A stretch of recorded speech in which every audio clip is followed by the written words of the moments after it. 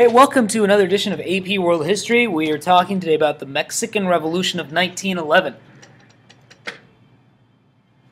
Okay, so we're going to talk about the causes and some of the key players, and then lastly, what some of the results were of this. I mean, this was a question on the AP World History exam a few years ago, and that was to compare the goals and outcomes of two of the three revolutions, the Russian, Chinese, and Mexican revolutions. So obviously, it's very relevant. And this is a very this was a kind of like a phrase of the motto of the revolutions, and that was Tierra y Libertad, or land and liberty. So what kind of people do you see here? I see mainly peasants. This guy's got overalls and blue jeans on. These are mainly working class people, and this is what the revolution was. Actually, it had two different wings. You could say it was a popular revolution of the people, that is the commoners. That's what like popular means. It doesn't mean well known. It means like of the people, you could say. And then there's also the political aspect of it. Those who had political ambitions that wanted to establish a new constitution. Okay, so let's talk about some of the history of Mexico. First of all, it won its independence from Spain. Remember, in 1821, it became a republic. But they had a lot of political struggles, infighting. They didn't really have a lot of experience with democracy.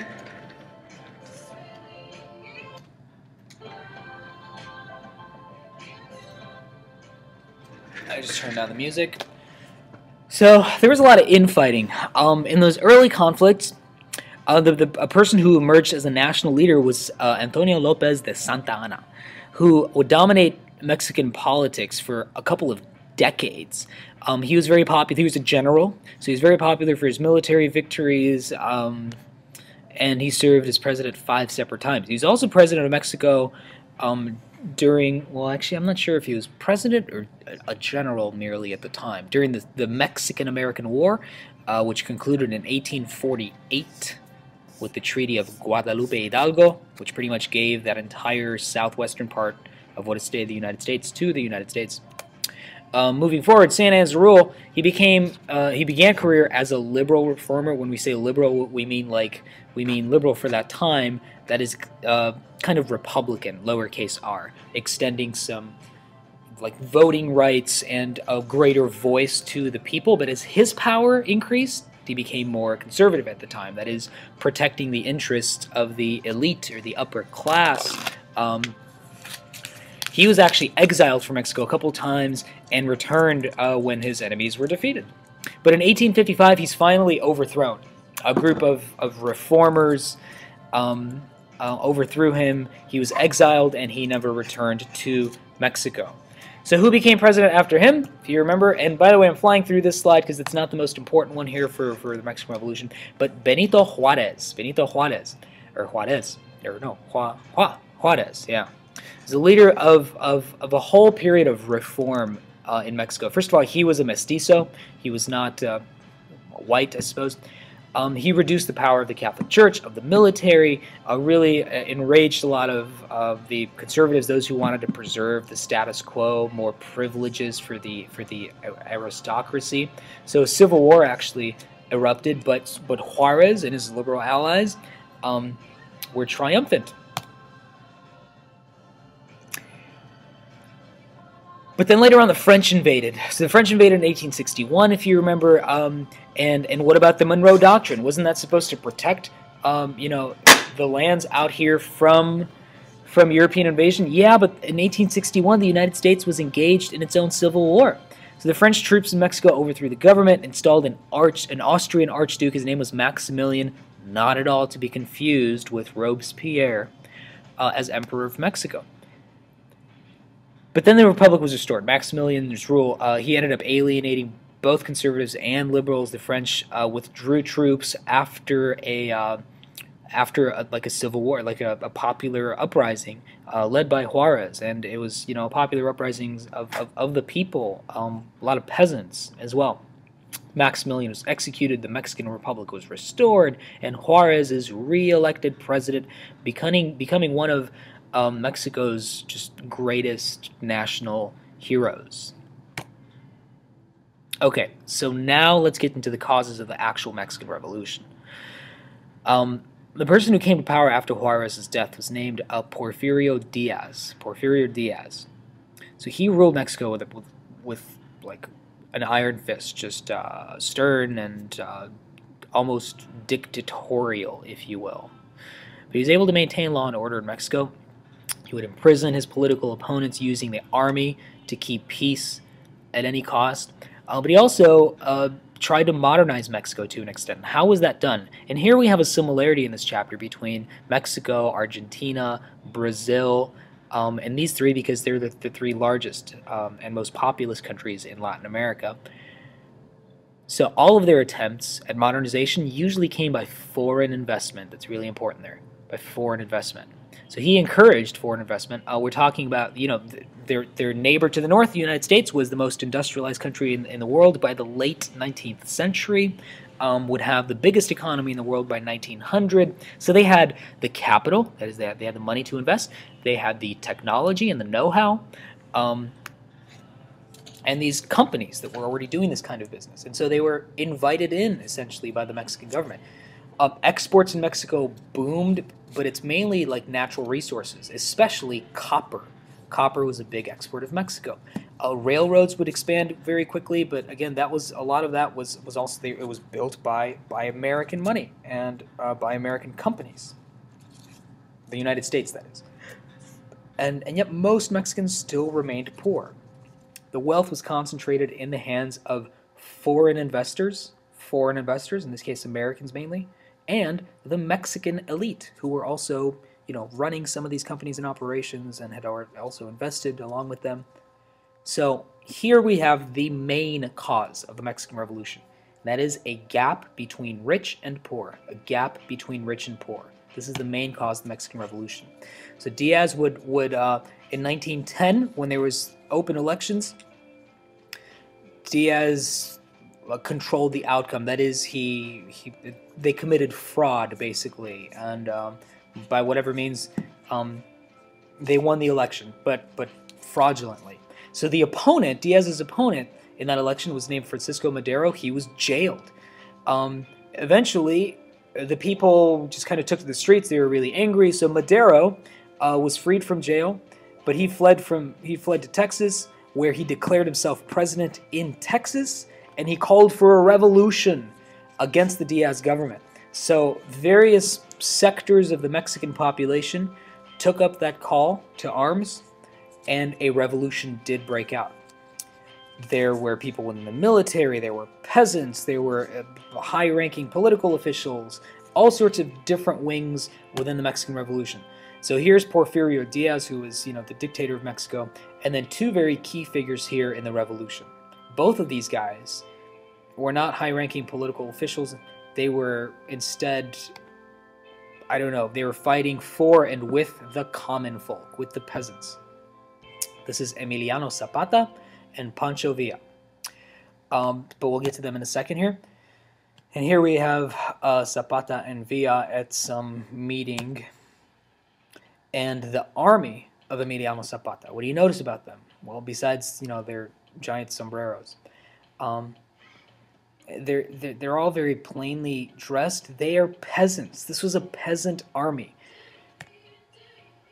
So Villa and Zapata, Madero returned to Mexico, and he found the rebellion spreading. And two men had gathered support from the lowest classes. So these two guys, Villa and Zapata, you need to associate with the low classes, which is the majority of the population. They began attacking government forces. Pancho Villa led kind of a band of bandits, you could say, rebels supporting Madero's ideas. They were able to humiliate Diaz's government and his forces when they captured the city of Juarez, which is way up north on the Texas border, in 1911. So Pancho Villa operated mainly in the north of Mexico, Zapata in the south, where there were a lot more Indians and mestizos. Villa in the north, Zapata in the south. So Zapata led a group of indigenous peasants that called for land reforms. Remember, land and liberty, tierra y libertad. Diaz soon was forced to resign, so he resigned, and now we have a new president of Mexico, right? Madero. Except it's not that easy. So here we go. We have some paintings by, I'm pretty sure this is Diego Rivera, and this is Zapata, you know, because of his mustache.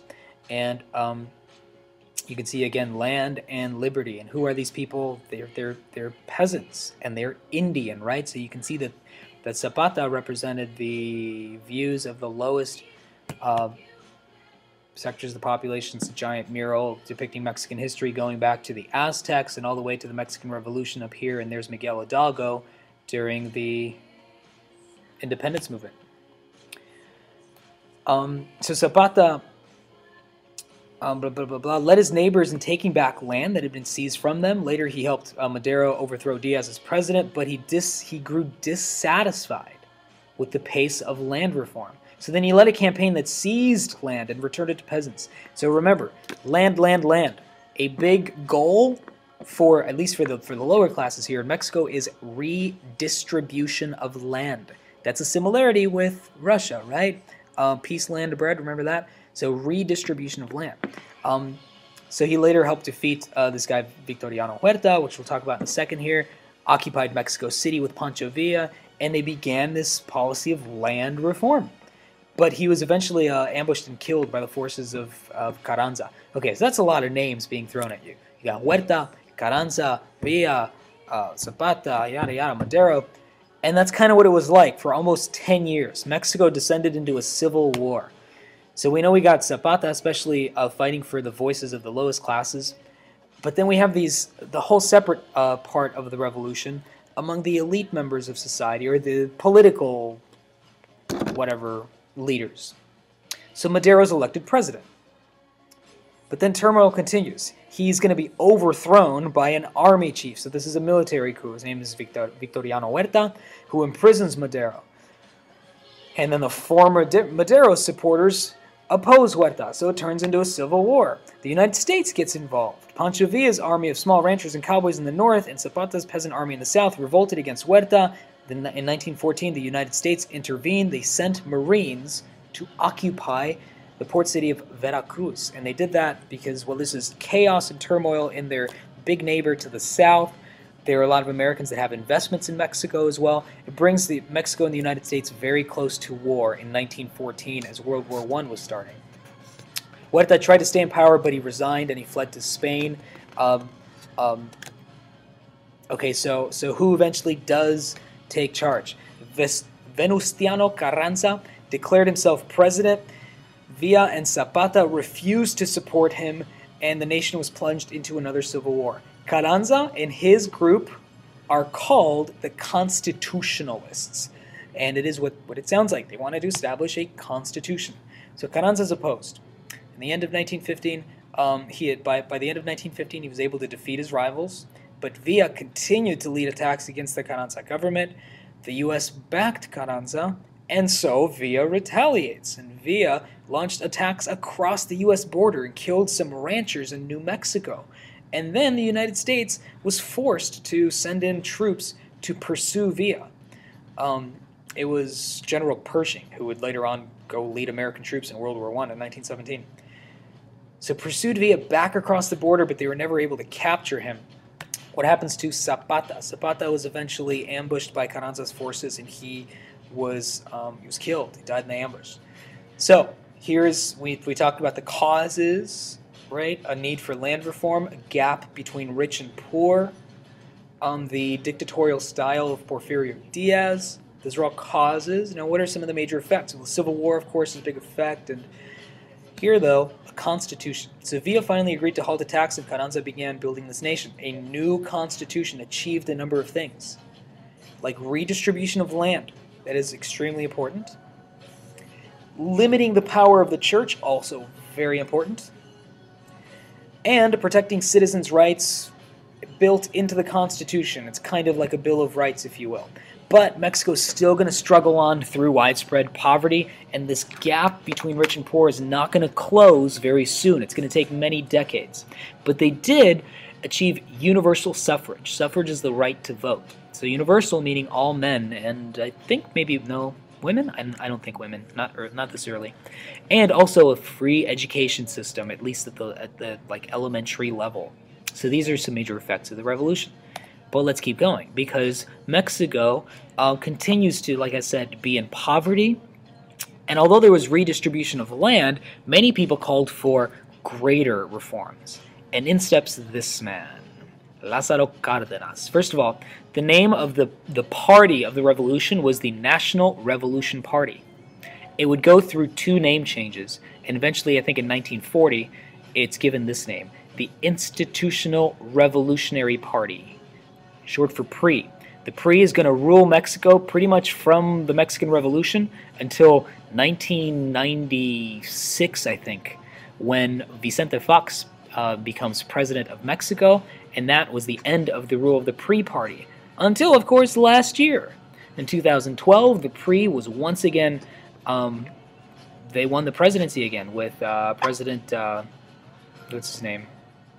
Peña Nieto. And so the PRI is going to kind of rule Mexico with not an iron fist, I suppose, but one-party rule, and all other kind of opposition is going to be pushed to the fringes. Okay, so what does Cárdenas do as president?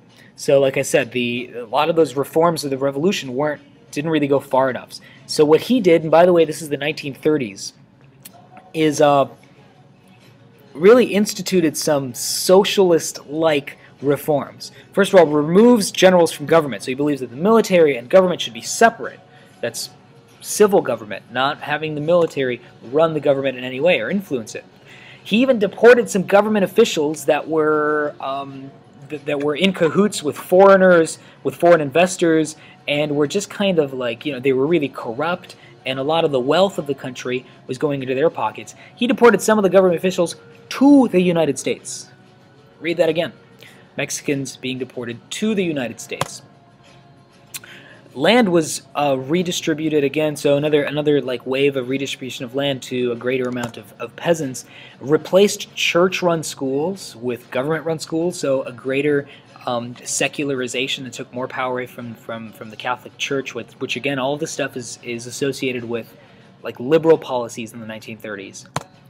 And lastly, most importantly, and this is where it's socialistic, they expropriated foreign-owned oil companies. This word expropriated kind of means that the government took it over. Another word for it here is they nationalized it. They nationalized these foreign-owned oil companies. So Mexico's got a lot of oil.